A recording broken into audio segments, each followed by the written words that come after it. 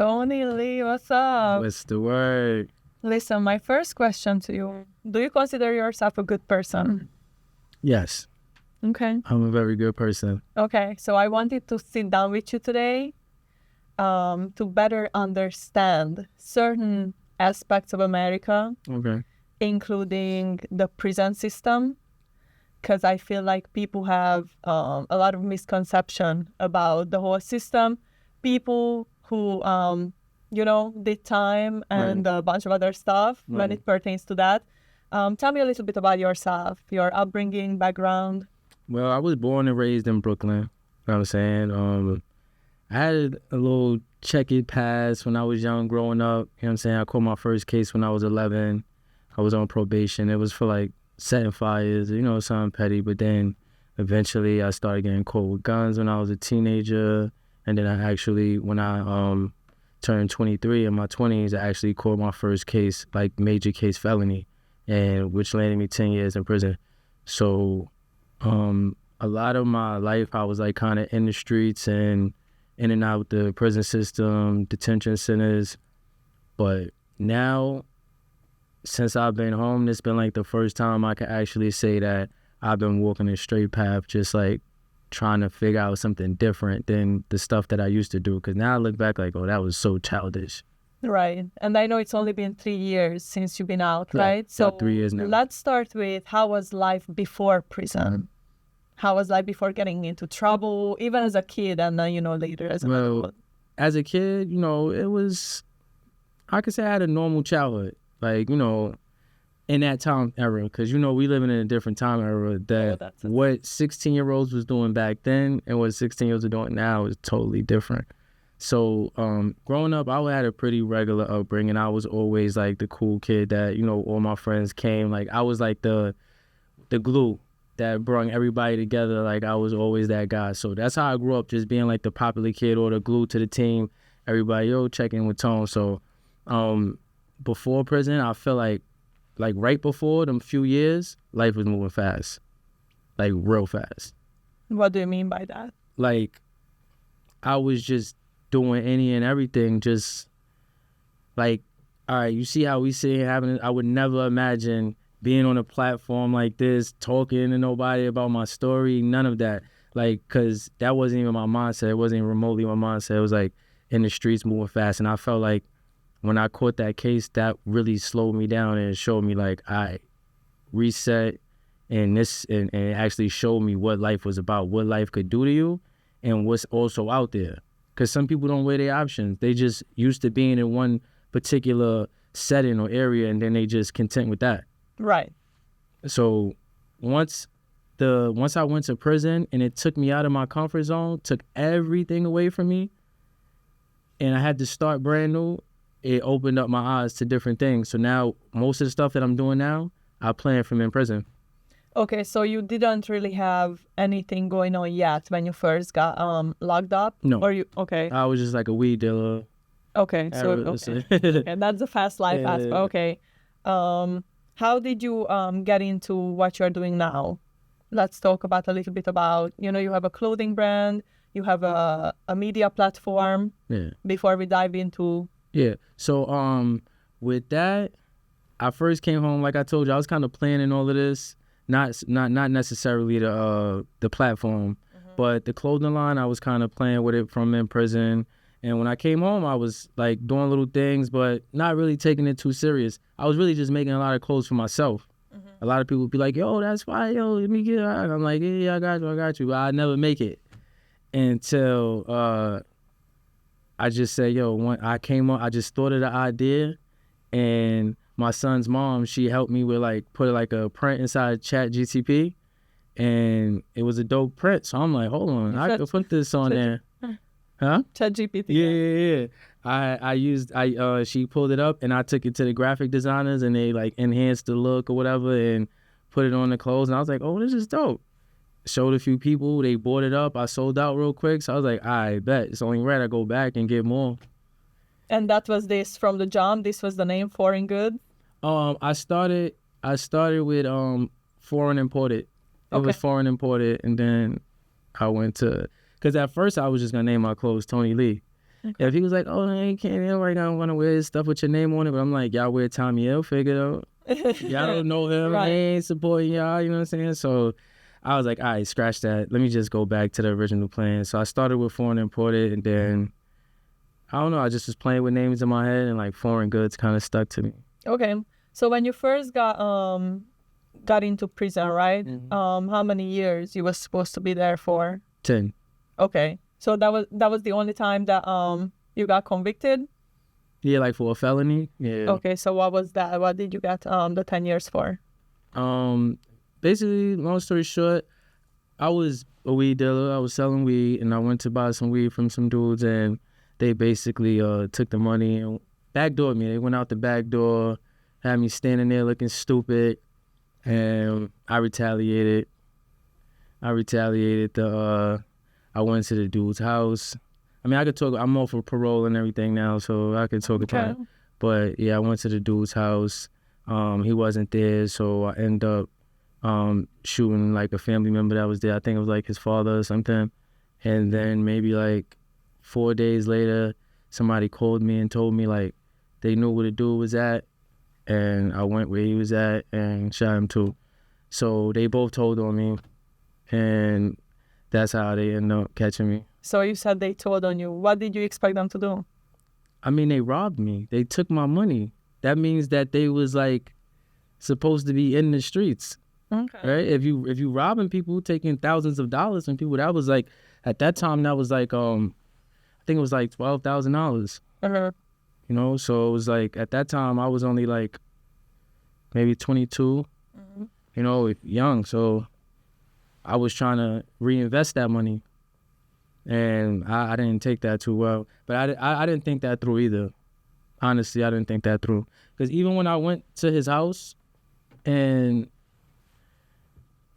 I didn't really have a plan. Like, I wasn't just going to go there. I wanted my money back. You know what I'm saying? But when I got there and we had to do it in the crib, and they was like putting up a fight and all that, I was like, okay, what do we do now? I just had no choice. I had no choice. Okay, so that's interesting that you say that you had no choice, right? Because let's say if somebody owes me money, right? And this is how I'm viewing this thing, and that's why I'm asking, and that's why I wanted to sit down with you. If somebody owes me money, I mean, obviously not $12,000, because nobody ever owed me $12,000, but even if it's a couple hundred, couple thousand, no matter, somebody owed you money, like, that's a big deal, right? Yeah. But you gotta evaluate like your life choices and the decisions you got. That's why they say you gotta think before you act. Yes. Right? Because, okay, was that $12,000 really worth getting locked up for? No, it wasn't. I can't say it was worth getting locked up for, but what I can say is that if all of that didn't happen, let's just say they didn't snitch on me and I got away with it. Imagine the turn of events that my life would have been taken after that. Because like, oh yeah, I'm still getting away with stuff, you know what I'm saying? And then now I'll be probably doing worse crimes, or I probably would have got, you know what I'm saying, caught for something worse. So I feel like that was like a life lesson for me. Everything I did in that situation, as far as like passing off my money before actually having whatever I was purchasing in front of me, going inside people's houses, you know what I'm saying, doing all that was a lot, like thinking back in hindsight. And then also thinking like, but only I could say, if I knew what I knew now, I could have made that money 10 times in those 10 years.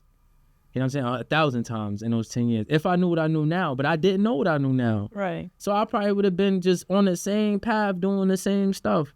Who knows? So you think you needed to... I needed to sit down. I ain't think I needed 10 years though. They could have gave me like 4 years, and I would have learned my lesson. I would have been like, all right, good. But that was like overkill. So it's definitely like, I'm not trying to do nothing to go back. That's when, well, in Hungary they say, you know, right, you just need a good slap from your mom, and that can teach you a lesson too. But I would personally take that over. Right. But I understand. So what was going through your head throughout those 10 years? From the time when they were like, okay, now you're going to do 10 years to you actually like going in, being there? Like in the beginning, Because obviously, like, you know, I always did little stuff, whatever. So I was like, I've been on Rikers Island a few times before that. But in the beginning, it was like, I'm fighting this, I'm here. You did the 10 years on Rikers as well? No. Oh. I did 2 years on Rikers, and then I did 6.5 upstate. Okay. So altogether, I did 8.5, 9 years, because, you know, you get time off if you get good behavior or whatever. I went there, did all my programs, mind my business. You know, I was even starting little businesses from inside, you know what I'm saying? So, but from the beginning, it was like I was on some wild out. Like, I got to prove my point. You know what I'm saying? Like, I'm out to do this time. Because at the time, I was facing 20. When I was on Rikers Island, I was going back and forth to court. I was facing 20. So I was fighting that. I didn't know I was ever going to end up with 10. The whole time in my mind, I'm like, I might end up with like 15 or something like that, you know? So I was just like on some warrior type stuff. And then when I got upstate, that's a different ball game. Because now it's different from Rikers Island. They not as moving as reckless. It's more like a respecting.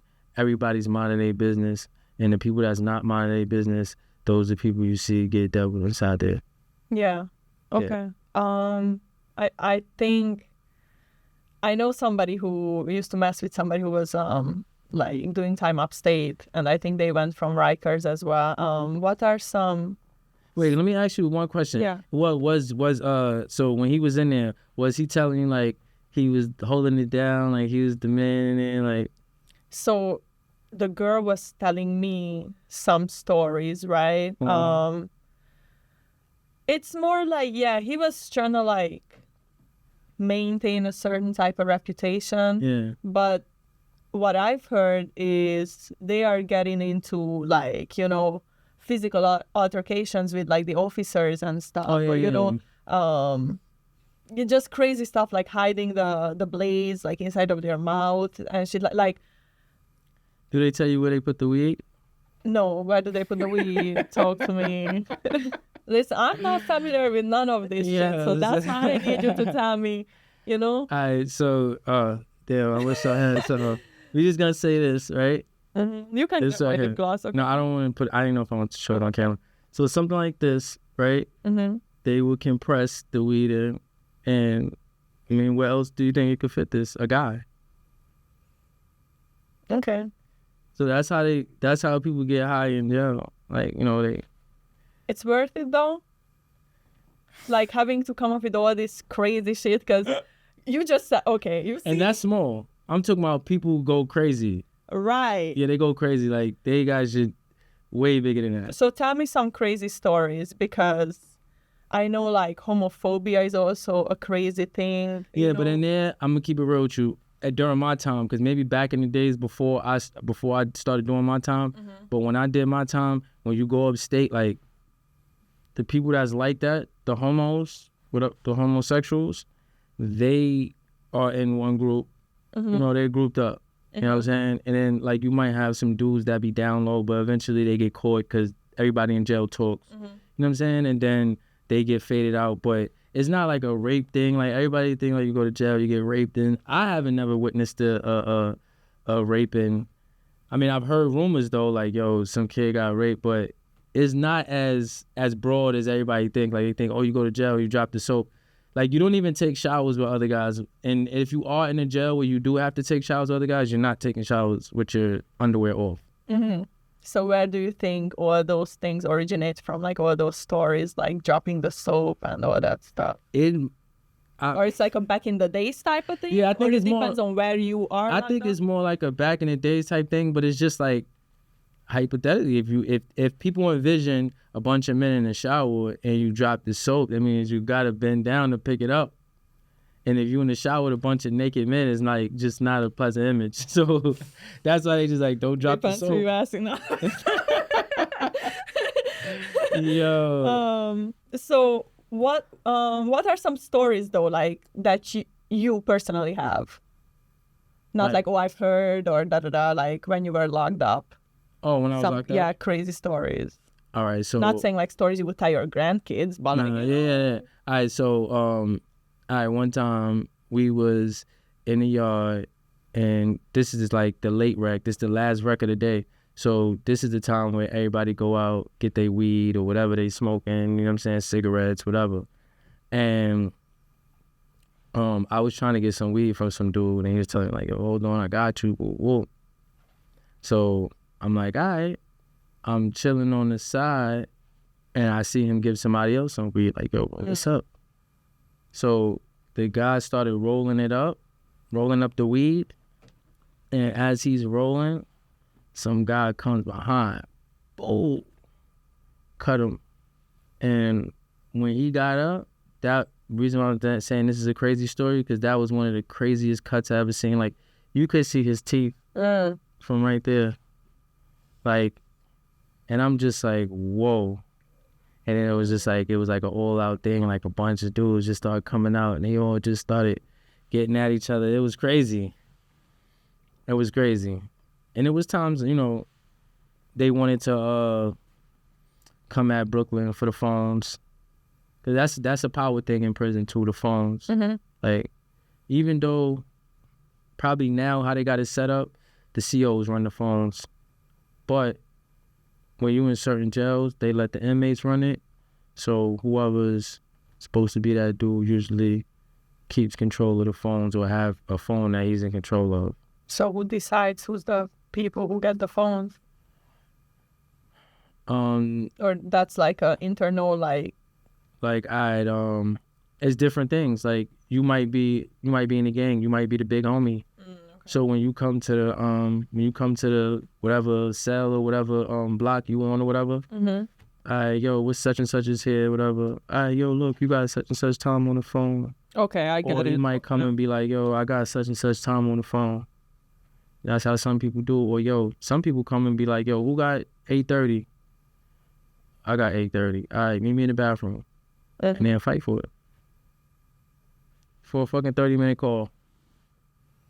That the person you calling probably doesn't even want to hear you right now. Right. Because it get, like, looking back, I'm like, oh my God, I wasn't too annoying though. Because I was, you know why I could say that? I was hustling. So most of my phone calls was like, yo, pick up this money, or yo, check your Cash App, check this. You know what I'm saying? Like, I wasn't too much like of a sitting on the phone just trying to lollygag all day. But, you know, I fell victim of that sometimes, like, especially in the beginning. Mm-hmm.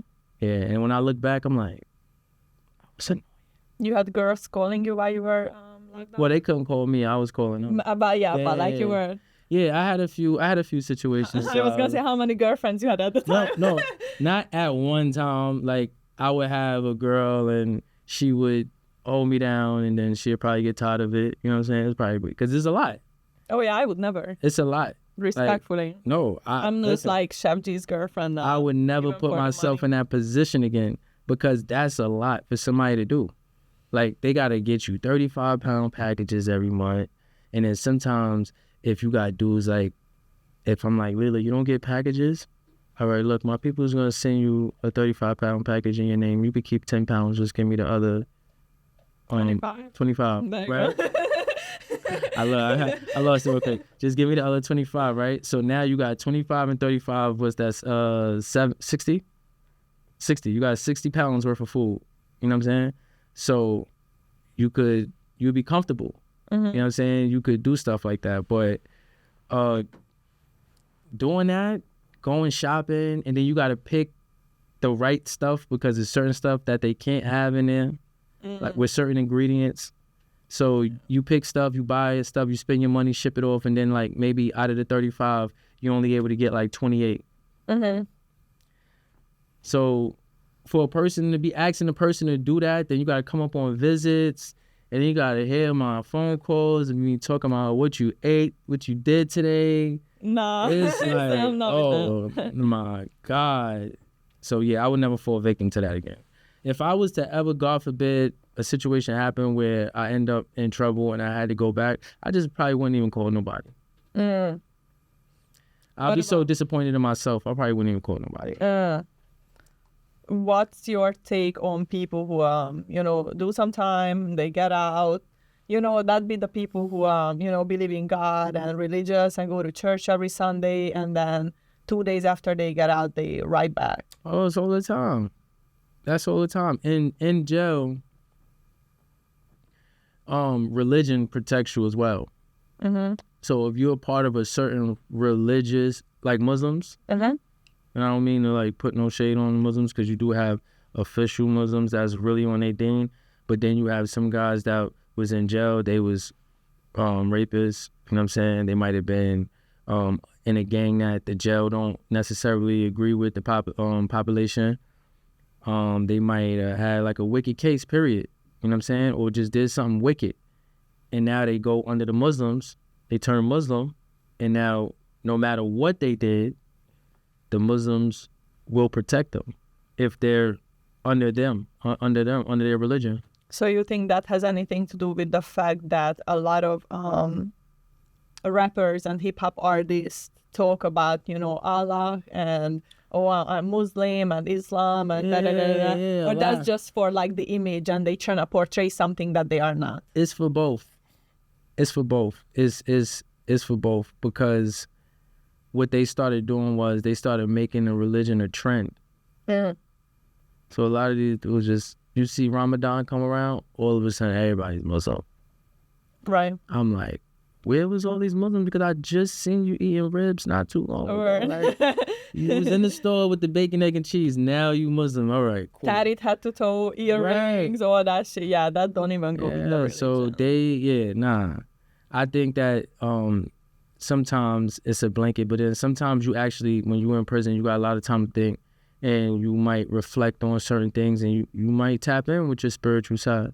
I never was spiritual when I was in jail. I went to Rastafarian services, and I did learn a few things like spiritual-wise, but honestly, I'm going to keep it real. I was only a part of that because you don't have to be a part of an organization to practice a religion. So the only reason why I was with the organization was because we was getting like festivals and stuff like that. Is you laughing? You know what a festival is? No. So so you know about conjugal visits? Tell me about it. All right, conjugal visits is like if you're married, your wife can come visit you on a trailer, and y'all could be on a trailer for about like 2-3 days, or I forgot how many days it was. It's been so long, but okay, you get to be on a trailer with your wife or your family. Your family could come too, but most dudes use it for their wife. They'll marry a chick so they could get the conjugal visits. So obviously, you know what happens with. That's why a lot of these prison marriages happen and shit like that. Yeah. So they get the visits, and then the festivals are for the guys that's not getting conjugal visits or married. You know what I'm saying? Or some of them are married, but they use that as an excuse too. They do the festivals, and the festival is basically like sometimes it be in a gym or sometimes it be in a yard. And it's like your family get to come in, everybody's family is there eating like how a festival would be, but obviously it's gated off, or if you're inside of a gym, it's going to be like indoors. But that's the time where the COs just take food and they turn their head, and it's like a fucking orgy and that shit. Everybody's just getting their shit off because they can't get, it's no other time. You can't do it on a regular visit. I think 1 or 2 spots you could actually get away with doing it on a regular visit, but festivals are way better because they kind of like letting y'all rock, like just letting y'all get shit up. But it's like you got to do it in front of everybody, and then your girl got to be with it too. Your girl got to be with, like, blowing you off in front of everybody. But to each its own. She might be comfortable because she see about 10 other girls doing it. That's why you're marrying OnlyFans girls and shit like that. Huh?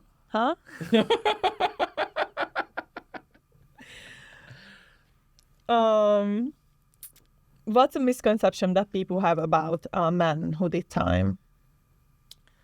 It's a lot of misconceptions because it's like everything you do, they want to correlate it with jail. Like, yeah, you can eat that because you've been in jail before. Or like, you know, like they think like, oh, when you in jail, like it was like, because me personally, when I was in jail, I was getting packages, so I was cooking. I ended up in the jail with a stove.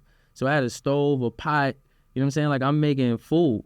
So when people think like, oh, you was in jail, no, I was making real meals like I would eat out here. Just everything is pre-cooked. You're not getting nothing raw. But get busy though. But one of the most misconceptions is that they automatically think like I'm institutionalized.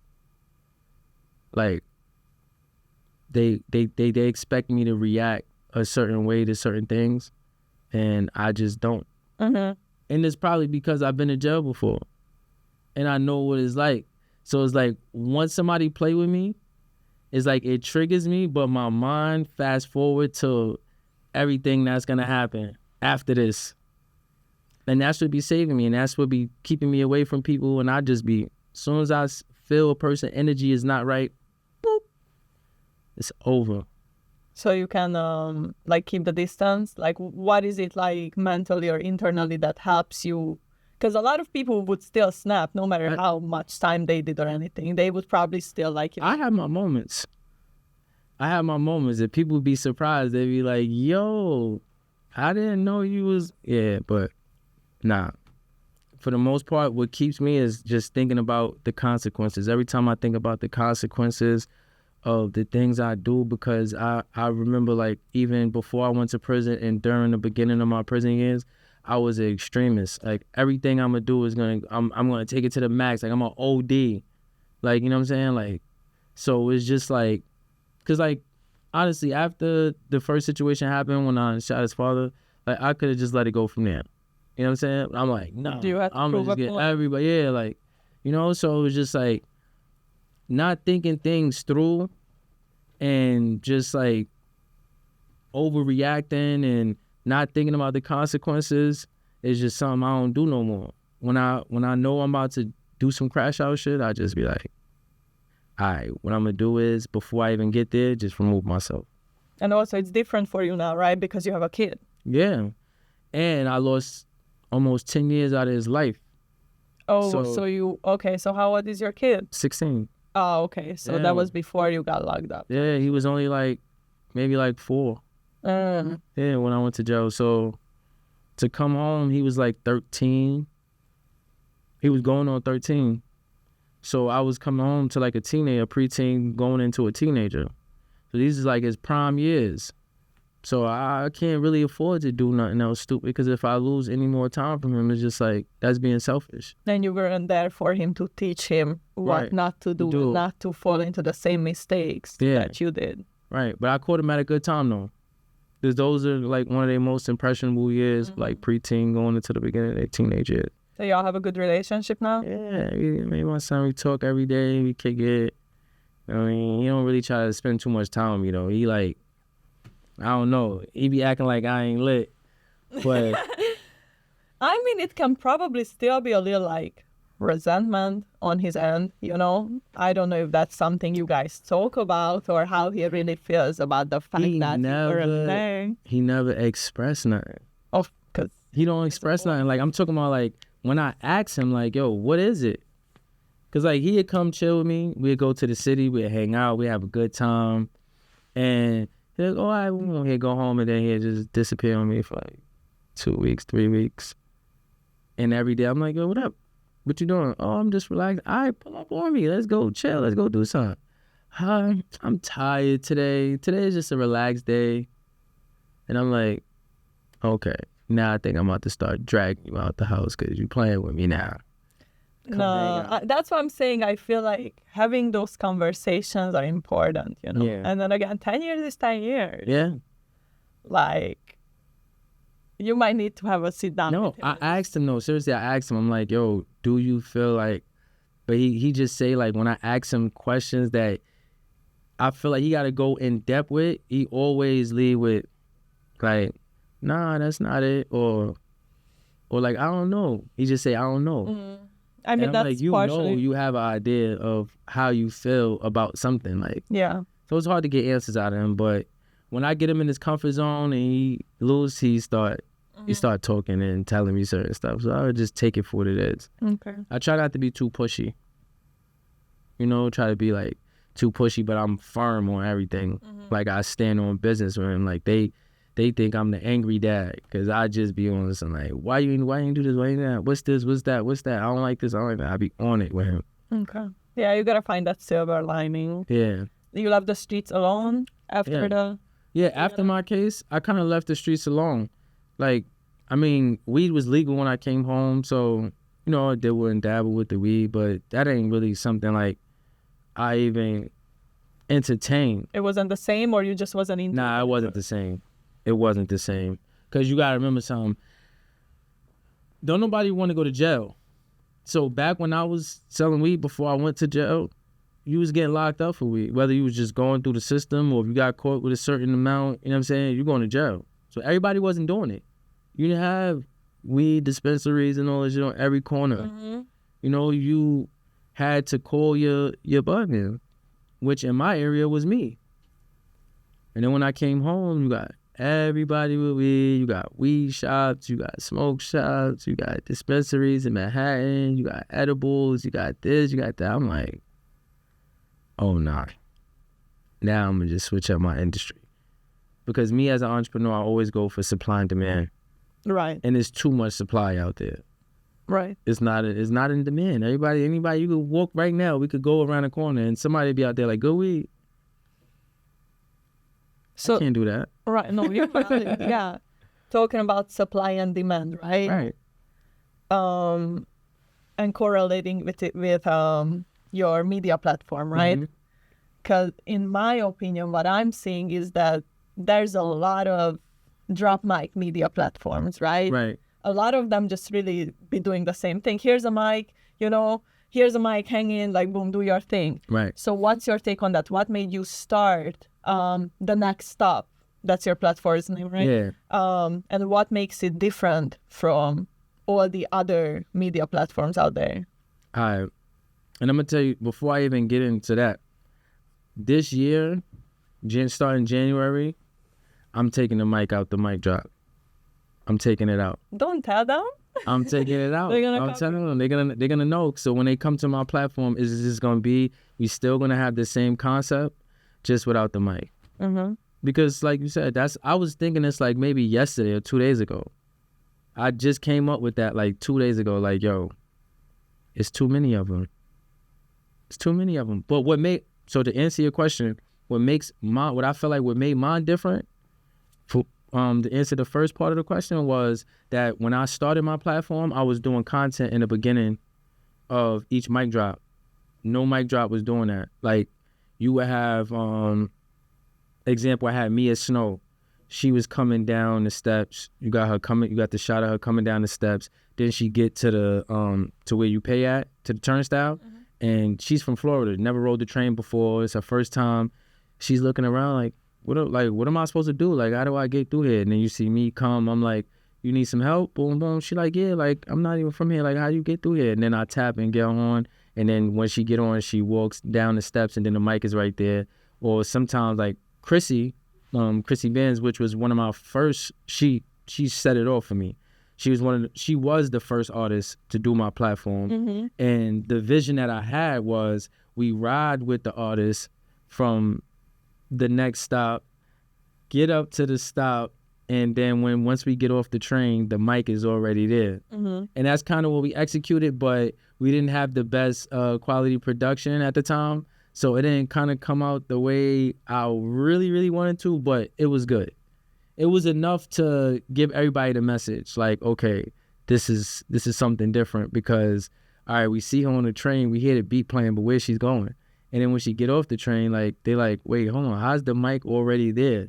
So you see, that's different. Yeah. You see, so I have my production people for that. I'll put you on. Right. Because that's a different, that would like make your platform stand out and like differentiate it from the rest and stuff like that. But it was the second part of the question that you asked me too. You said, what made it different and, what made me start it? Mm-hmm. So what made me start it was, it was like last year I had lost one of my cars at the time, so I was taking the train, and I seen I just seen a performer in the train, and I was looking like, what if I did mic drop? Like, what if I just like recorded this person while they're performing and like make this a platform? Mm-hmm.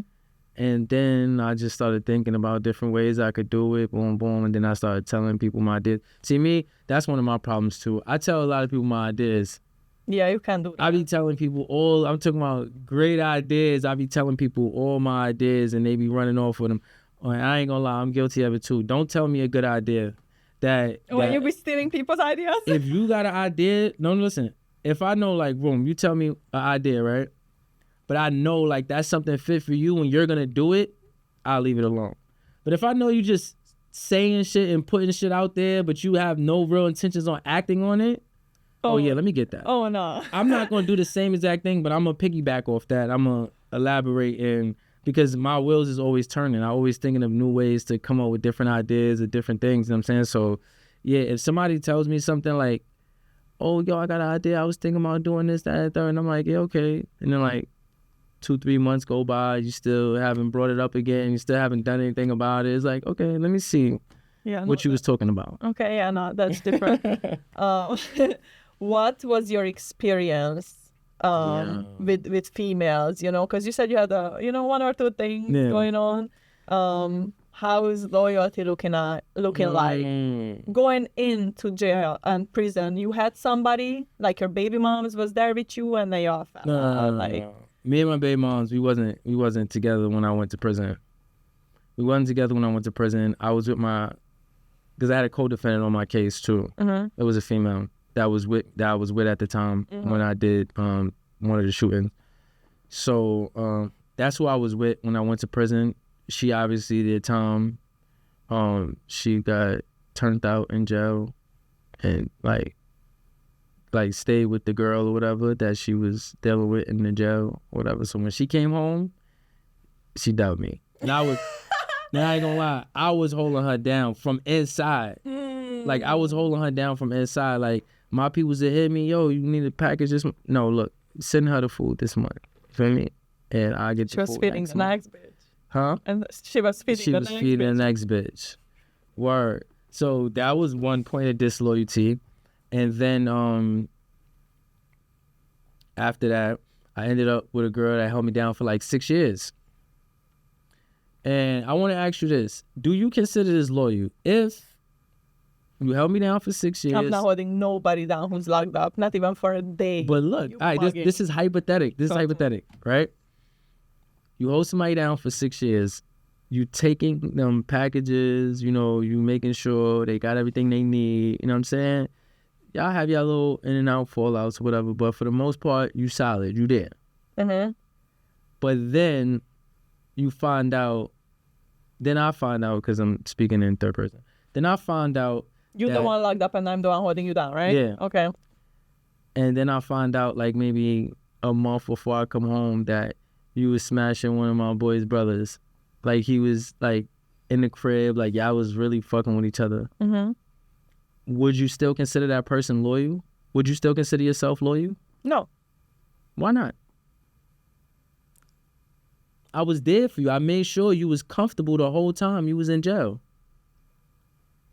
Yes, but wait, hold on, because confusing the roles. You're the one who locked up, right? Yes. And I'm holding you down the whole time, but I'm fucking somebody on the side. Yeah, that's not loyalty. That's not loyalty? Even if I'm texting somebody else in the meantime, like that's how loyal I am. Okay.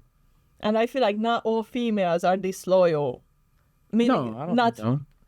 Meaning not all the females are as loyal as that. You know what I'm saying? Yeah, okay. But yeah, no. You would take that person back just because she was like helping you out like in tough situations and holding you down for the most part. You would like close your eyes over the fact that she was fucking somebody else. Because I didn't close my eyes. It was just that I just couldn't fuck with that. Right. I can't fuck with that. I wouldn't do that, but if somebody did that to me, if you know the shoe was on the other foot, I wouldn't go for that. All right, but look at it in your perspective, right? Because you said you would never hold a guy down, obviously, right? For many reasons. If you couldn't satisfy certain needs, right? But you still love this person, you still care for this person, you still want this person to be okay in their time of need because nobody else is there in that way, why you gotta dub me, I'm speaking as you, why you gotta dub me because, you know, I was just getting my rocks off.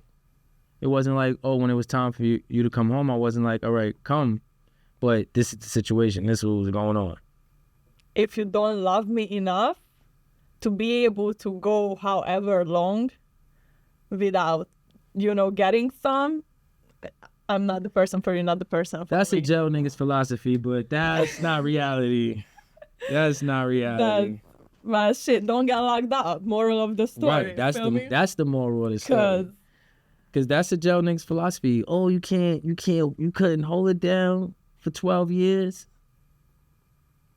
that's why I said, like, nah. Listen, I wouldn't expect nobody to do that either. Right. Because again, like, especially in the generation we are in, society is just not coded for that. No, But that's what I'm saying. That's only one aspect, though. It's just like, all right, the sex part was just one aspect of disloyalty, but you was loyalty, like, more than outside of the sexual part. Not going for that. No? No. It's clip. Listen, I'm not that. No, I don't give a fuck how much money you sending me 10 bands every month. No, because if you logged in on some real shit, I'm gonna be there for you, right? But then again, it's like, I don't think I would snitch on nobody. Like, if you're fucking with each other, right? And you do some, like, if you're really logged in on some exclusive shit, right? Right. Listen, cool. But, like, I also know that y'all not as innocent while y'all locked up either. Y'all be doing crazy. Y'all be talking to hella people. Y'all have other bitches visiting y'all. Like, I've heard stories. Listen, that's why I'm not going for none of them. They get a little dirty in jail. We in survival mode. We trying to survive in there by any means. Because think about it. If you try to have a job in there, they're only paying you like $7 a week. But so what do you expect? You almost ended somebody's life, and then you expect to get paid, what, $30 an hour? Yo, not $30 an hour, but you can't. $7 is $7 more than what you deserve. A week? Yes, you not deserve no money, bro. You can volunteer to get a couple years out of your sentence. So if I don't have nopody inside the prison system to hold me down, like if I don't have no outside support, how am I supposed to live in there? Listen. I'm supposed to eat the prison food and use their soap?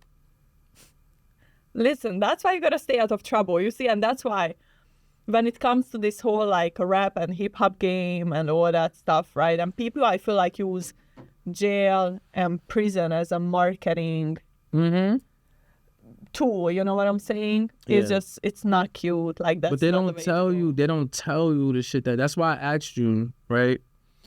Did that guy that you said that you knew that was locked up, did he like make it seem like he was the man in there? Because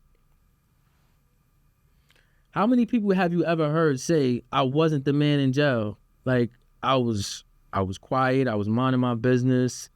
I mean, this might come as a surprise to you, but I'm not in touch with that many people who be, locked up and shit. So it's I know X, Y, Z, A, B, C, and they all the time for the. No, I'm saying like I'm just saying like even in the music industry, like when you hear the music, you never hear nobody say, "Yo, I got punched in my face over the phone in a rap song." I mean, they're not gonna talk about that. That's what I'm saying. Nobody does. You're gonna make it seem like right. Nobody does. That's not the truth. But that's the thing, right? And that's the bad message that be getting put out, because when you make it seem like, oh yeah, I did this, I did that, you make it seem like, oh, everybody else in jail was soft but you.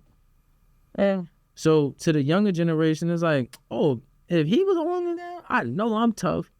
Now when they crash out and they go to jail, they're trying to, instead of focusing on getting out of there, like, damn, I made a mistake and I could be losing some years out of my life. Let me try to turn this around. You know what I'm saying? And focus on their case and getting out of there. They go to Rikers Island, they go to jail, and they just wild out. Catch new cases, end up with more time. So what makes somebody the man in jail? To me, nothing. Nobody's the man in jail. So the that's man not even is the people that run the jail, the administration. That's the man. Because they're the ones who go home taking care of their family. We ain't here with each other, a bunch of men every day. How you the man? I'm just making sure you're on the same page. Listen. It's like, nah, that's just, nobody's the man in there. I never, like, got that. And I never tried to be that. Like, I never tried to be the man in jail. None of that. I just was trying to get through my time because it's dangerous in there. Word. It's dangerous. what be going on Rikers? Because, you know, they be saying that's one of the... They do all types of shit. They bored. Just imagine just being bored. Around 20, 30 motherfuckers just bored. Oh, because you can't have certain privileges that, like, upstate would let you in? Yeah, because you ain't going... First of all, on Rikers Island, you're not getting as much yard time as the upstate. Upstate, you get three times a day to go outside to the yard, to use the phone, work out, meet up with your boys, smoke, do whatever. You got 3 times a day to do that. On Rikers, I think when I was there, you only got 1 time a day, and once you got that rec, you inside the dorm or you inside the block, the cell block all day. So you can't, you're not supposed to smoke on Rikers Island, period. Cigarettes, nothing. You know what I'm saying? But obviously, dudes is smoking on the tier, this, that, third. So you listen on some I don't give a fuck type shit when you on Rikers Island. And then you got some dudes that do, like, they trying to fight their case and get back home. And for the ones that know it's over, and if you go in there on some gangbanging shit, oh yeah, you gonna be sitting up. You gonna probably do all your time. Like 10 years, you did 10 years. It wasn't no 8.5, 9. You're gonna do 10 out of that. Yeah. Because you in a gang. And when you in a gang, depending on the dynamics of the jail, as soon as you get there, they don't care that you shot 10 people in the street. They don't care about that. That means nothing. Now you have to start your reputation all over again. Mm-hmm. Now you gotta go cut them 2 niggas over there. That's how they giving it up when you get to the jail system. If you in a gang, and if you're not in a gang, now they want to see if you official or not. Mm-hmm. You know what I'm saying? Oh, yo, what you bang, what you repping? Nah. They want to actually see how you respond. So even that whole, like, you know, being part of a gang, and because that shit is big in New York, you know? When I lived in Boston, I ain't hear nothing about gangs, this, gangs, that, like, you know? Is that something, in your opinion, that's worth it? Nah, because I used to be gangbanging. I used to be Crip when I was growing up. But when I had my son at 19 in 2009, and I fell back from that shit. But it was hard. It was hard to fall back because when I was active. Uh-huh. So when you so active in the streets and behind the gang, that color is behind you. Anytime they see you, that's what they see. It don't matter what you did. So by the time I went to jail, after I fell back, like 4 years later, I was still running into dudes and like, yo, what's cracking? And I'm on Rikers Island in the house with mad bloods, and I'm like, yo, my nigga, like, what's up? Like, because I'm not repping something that I'm not a part of no more, but people know you for that, so you're labeled for that for a while. Obviously, I'm a grown man now, so if you haven't been in tune with me for years, then you know, like, I've been fell back, but it's a stigma. It sticks to you. So what did it take for you to dissociate from that stigma? It wasn't doing nothing. Oh, from the stigma? Mm-hmm. Oh, it ain't really nothing you could do, because no matter what, when for me, when I was in the gang, like, my family put me in the gang. My older cousin put me in the gang. Everybody that he put me in line with was his people, was people that he was, like, close with and that I looked up to also. So being around that was like, I could do this. And I was always trying to impress my older cousin. So with putting in all that work, it was hard to shake the stigma, because it was like, man, please, you still that. Mm-hmm. You know what I'm saying? I'm like, I haven't been that for a while. And then I was even in tune with nobody.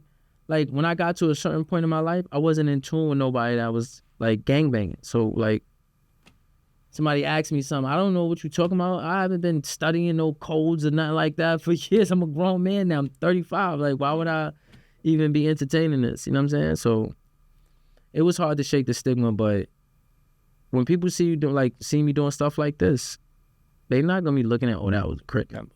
Uh-huh. You know what I'm saying? Like, they look at, like, oh, that's the guy from the next stop, or that's the guy from... See how quick, like, the perspective could change. Yeah. Okay. It all depends on your actions, though. Right. Yep. Okay. So what's your take on prison corruption and politics? I feel like it's just something that's never going to change. Like, nobody cares about the people in jail. Except the people that have been in jail, because they know what it is. But I feel like that's a $1 billion business. It ain't a $1 billion business for no reason. Like, I forgot the amount, but they make a lot of money off of each inmate a year. Like, the government pays the prison system thousands of dollars, maybe tens or hundreds of thousands of dollars for each person that comes to jail, because they got to make sure they cover they medical expenses. They got to constantly give you fucking white underclothes, soap, maintaining the cells and all of that. Like, it costs them a lot, and they get paid a lot. So anything to keep that flowing, they gonna keep it flowing. The COs, they doing corrupted stuff. That ain't never gonna change. They gonna get busted, and somebody else gonna come and they gonna convince them to do some more corrupted shit. It's a cycle. It's never gonna change. That's like thinking that everybody's just gonna stop being violent and killing each other and stuff. Like, the minute the crime rate goes down, you'll notice all of a sudden they got a big bust of guns, and they bringing in the whole ship of guns and all that. It's the system. So you think violence, especially in America, will always be there, and they will always portray it from a certain perspective? Of course. Absolutely. The violence is always going to be there. Not only because it's human nature, but it's the way that they're structuring America in our smaller cities. The way they structuring it, like, you're not going to go to certain parts of Queens and see projects. Why you think they put the projects, which is Queensbridge, one of the biggest projects in New York, they put that in one area, and they probably got a few other projects in, I think, Jamaica. But when you go to other parts, you're not seeing projects. They put those developments in certain places for certain reasons. Into the higher crime areas of the city. And all the liquor stores and all the hustlers in the crowd, you're gonna see them all in one area. You're not gonna go to certain areas and see that. And they have it controlled like that for a reason. It's controlled like that for a reason. We could go on and on about it. I feel like this is just certain topics that it's so hard to wrap your head around it.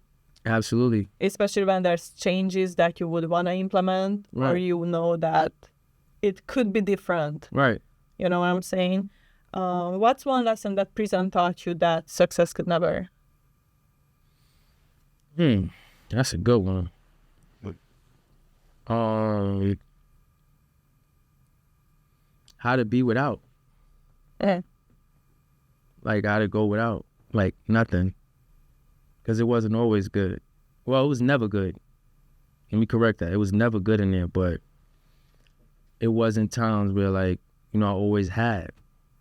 It was times where they locked down the jail and I couldn't get, like, and there's no commissaries, no packages, ain't nothing flowing through.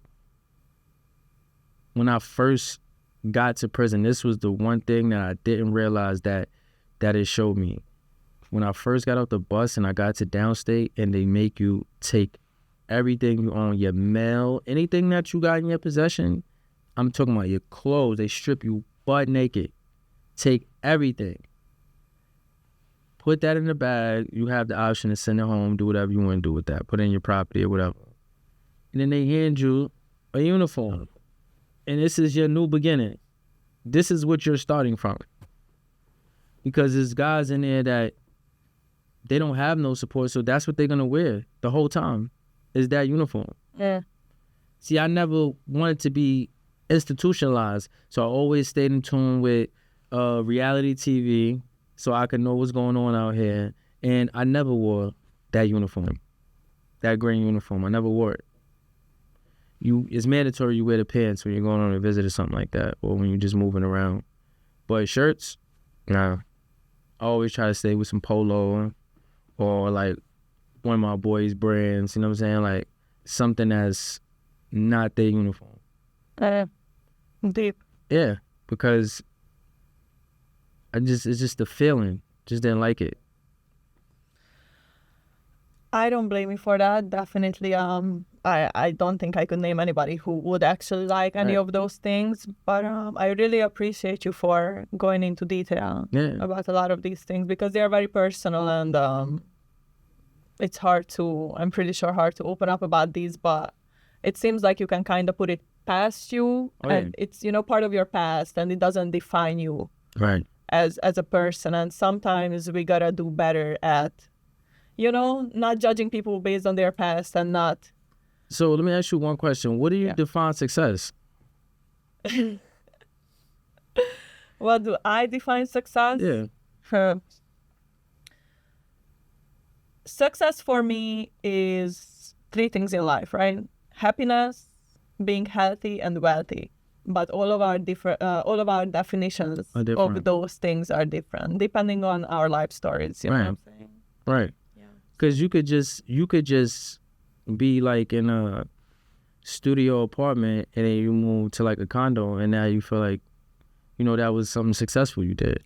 One thing that I've learned in life is never to be afraid to start new.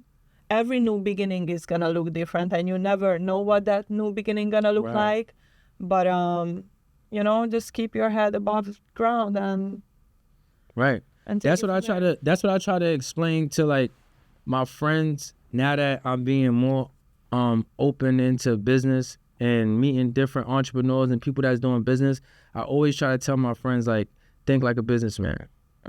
Don't think like a hustler. Think like a businessman. Because when you think like a businessman, you're able to come up with more innovative ideas. When you're thinking like a hustler, you're just thinking about that. All right, I could buy this and sell it for this. A transaction. My take on the whole hustle culture is being a hustler is not necessarily a good thing, because that's the same thing what you said, survival mode, right? Thinking short term. CEOs and big successful business owners think long term. Yeah, 5 So years. that quick $200 or whatever, you're gonna like flip the inventory you have and that's not how you're gonna make it out. Right. And elevate and step it up. So it's just instant gratification.